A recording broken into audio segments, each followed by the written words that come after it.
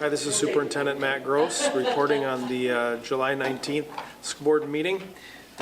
The board heard tonight from some successful activities from the spring. Our baseball team finished second in state from Grand Rapids High School, so an exciting season.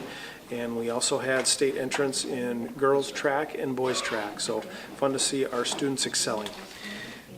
There is a lot going on during this time of the year with hiring, and so the board approved a number of position changes, and then also appointed Mr. Mark Schroeder to a 2-month position to fill a vacancy created by school board member Sue Zeige leaving the area and resigning. So Mark will be filling in for a couple months, and then further on in the agenda, the board fulfilled the obligatory requirements to fill that position permanently through a special election.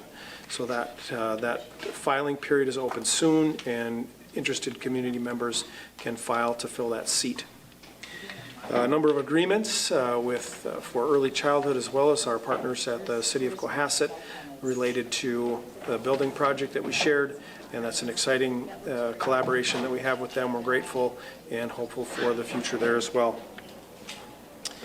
Board did a number of policy actions and considered that. The board does a really good job of keeping our policies up to date, and continued with that.